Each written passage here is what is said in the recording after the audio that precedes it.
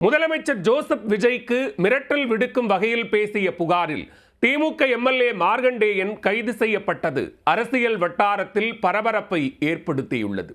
கட்சி கூட்டத்தில் சர்ச்சைக்குரிய வகையில் பேசி கைது நடவடிக்கைக்கு ஆளானதன் பின்னணி என்ன?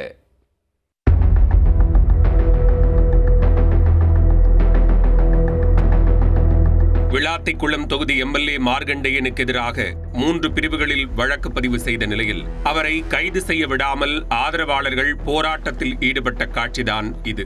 போலீசாருக்கு எதிராக முழக்கமிட்டவர்களை வலுக்கட்டாயமாக அப்புறப்படுத்தி எம்எல்ஏ கைது செய்யப்பட்டுள்ளார்.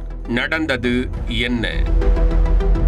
தூத்துக்குடி மாவட்டம் கோவில்பட்டியில் திமுக சார்பில் வாக்காளர்களுக்கு நன்றி தெரிவிக்கும் பொதுக்கூட்டம் கடந்த 18ஆம் தேதி நடைபெற்றது. இதில் திமுக அமைப்பு செயலாளர் RS பாரதி, முன்னாள் அமைச்சர் கீதா ஜீவன் உள்ளிட்ட கட்சி நிர்வாகிகள் பங்கேற்றனர். இதில் கலந்து கொண்ட விளாத்திக்குளம் எம்எல்ஏ மார்கண்டேயன் முதலமைச்சர் ஜோசப் விஜயை மிரட்டும் வகையில் பேசியதாக குற்றம் சாட்டப்பட்டது. இதனை அடுத்து திமுக எம்எல்ஏவுக்கு எதிராக தமிழக வெற்றிக் கழகத்தினர் தூத்துக்குடி மாவட்ட காவல் கண்காணிப்பாளரிடம் புகார் அளித்தனர். புகாரின் அடிப்படையில் வழக்கு பதிவு செய்த போலீசார் மார்கண்டேயனை கைது செய்வதற்காக விளாத்திக்குளம் அம்பாள் நகரில் உள்ள அவரது வீட்டிற்கு சென்றனர். நடைப்பயிற்சி முடித்துவிட்டு வீட்டிற்கு வந்த அவரிடம் உங்களை கைது செய்ய வந்திருப்பதாக கூறினர்.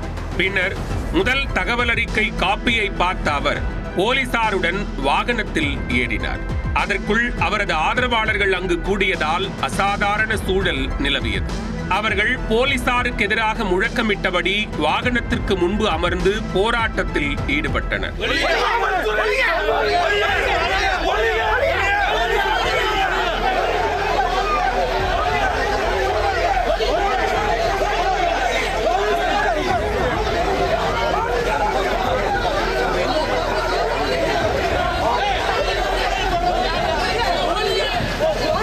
உடனே போலீசார் அவர்களை வலுக்கட்டாயமாக அப்புறப்படுத்திவிட்டு எம்எல்ஏவை கைது செய்து அழைத்துச் சென்றனர்.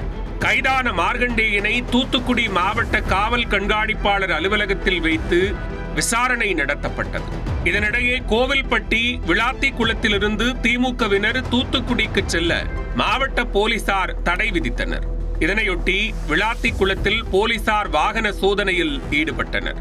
அப்போது திமுக கொடி கட்டி காரில் சென்ற நிர்வாகிகளை போலீசார் தடுத்து நிறுத்தி திருப்பி அனுப்பினர். மேலும் மார்கண்டேயன் கைதை கண்டித்து திமுக எம்எல்ஏ அனிதா ராதாகிருஷ்ணன், முன்னாள் அமைச்சர் கீதா ஜீவன் மற்றும் அக்கட்சியினர் SP அலுவலகம் நோக்கி பேரணியாக சென்று போராட்டத்தில் ஈடுபட்டனர். அங்கு பாதுகாப்புக்காக நின்றிருந்த போலீசார் அவர்களை தடுத்து நிறுத்தியதால் கடும் வாக்குவாதம் ஏற்பட்டது.